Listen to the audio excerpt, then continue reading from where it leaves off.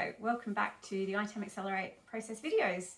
So Rory and I today are talking about the contract termination process. So yet another process that is owned by a different group of people in the organisation. Again, probably your sourcing, vendor management, contract management group.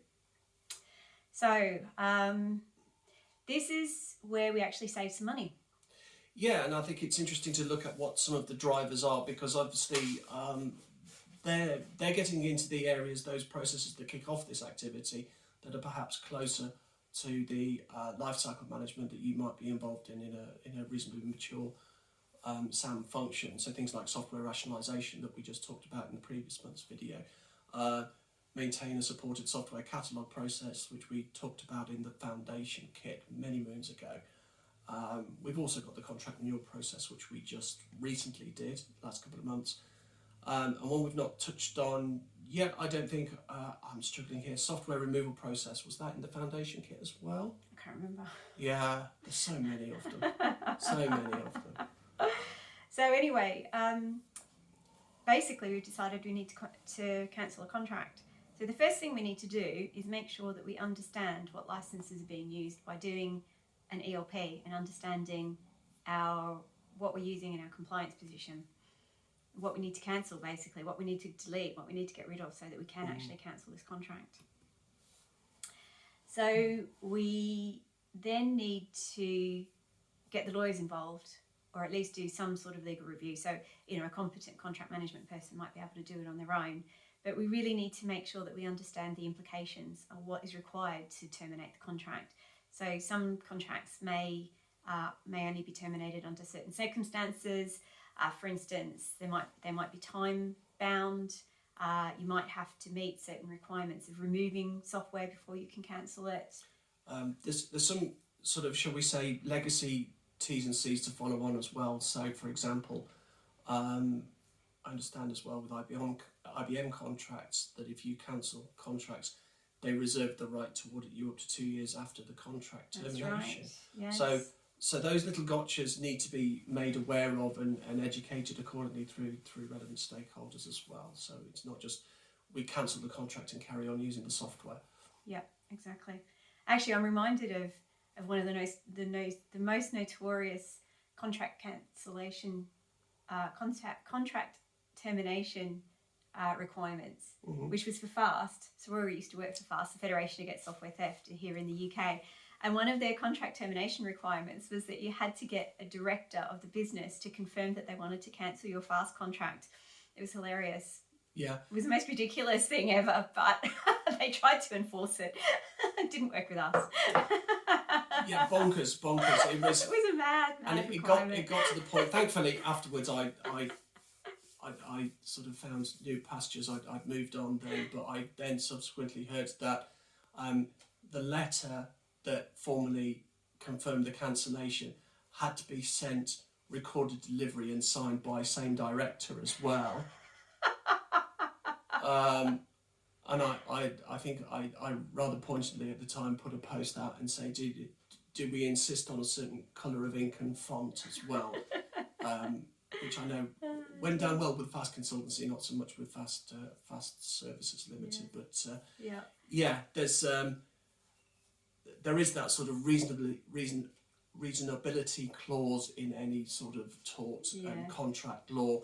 I would have loved somebody just to sort of hoist Fast up to court and just say enough is enough here. Yeah. Yes. But this is also where your legal due diligence can help you understand whether a termination clause is reasonable or not, and whether you can actually work your way around it. So that's another reason for getting legal advice if you really need it. Otherwise, you could just laugh in their face, which is what I did when I was trying to cancel my FAST contract. Yes. Poor account manager. Anyway, so your legal due diligence may determine that actually it's not the right time to cancel the contract for whatever reason, in which case you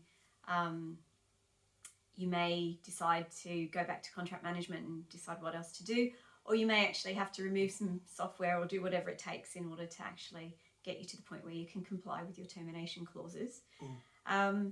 Then obviously you may actually be able to cancel the contract, so there's nothing legally preventing that. So you sort of say to the vendor, right, we're cancelling. In which case you need to perform, when it's a licensing contract, you need to perform a number of different activities. So in particular, we would recommend archiving your proof of entitlement. So you don't get rid of it and you don't make it impossible to ever obtain again, because you might want to, you might need to be able to prove in future that you had that entitlement. So we would archive it rather than deleting it. And equally, that 2-year audit clause, for example, you don't want to just have that bouncing around in somebody's head. Exactly. Because I guarantee if IBM or another vendor do then come to audit, somebody in senior management is going to say, show me, don't tell me it's okay, show me it's okay, show me the paper I signed to say that was all right. Yeah. So, yeah. You need to update things like your contracts database. You need to update your configuration management database to say that this contract's no longer relevant and any support and maintenance under it is no longer, you can't ring up the vendor anymore. You need to update your supported software catalogue, of course, to say that it's now obsolete or sort of is retired. We need to maybe revise our budgets because we're no longer going to be paying for that contract. And we need to potentially rationalise the software that we had under that contract. So again, run through the software rationalisation process to make sure that we understand where we're moving people to, for instance. If we decide to uninstall the software, what are we going to give people instead? So so I think that's it. That's it. It's one of those, again, you'd look at it and think, that's great, that's easy. Yeah, it's not. but those little blue pills that represent function steps in the maps hide a multitude of sins and a lot of work there. Yeah, So they really do. Get strategic with this. Think, treat it like a chess match almost. Think 2 or 3 steps ahead and the work likely involved to arrive at that happy place where the contract is actually terminated, then, if that's where you want to go. Yeah. And the other really important reason for planning ahead on this is because most contracts will have a termination period. So you need to, depending on the size of the contract and what it's for, you have to give maybe 30 days notice. Best case scenario, it might be 3 months notice, it might be 6 or 12 months notice. Yes. So if you decide to terminate a contract and you miss your 12 month notice period, you're stuck paying for at least another 12 months. Yeah. So, this is why actually when you're managing your contracts and in your contract management database, you need to make sure that you have recorded those termination periods, and your decision making about the renewal or termination of that contract needs to be kicked off well in advance of that termination period. So you need to understand not just what the termination period is in the contract, but how long it's going to take you to make the decision about whether or not you review or revise or terminate that contract as well. So you could actually be working on a contract, making these decisions a couple of years in advance of the actual termination date when you're no longer paying for that contract. So it's really important to understand those timelines. Yeah, no, I mean, you saying that just reminds me of that, going back to FAST as well. Right. So it was a 90-day notice period, and the term and condition was that if you give your notice in that 90-day period, you can do, but the penalty is another year's worth of membership. Yeah. So obviously they were skewing that towards you actually saying, oh, all right then, we'll stay another year. Yeah. Yeah.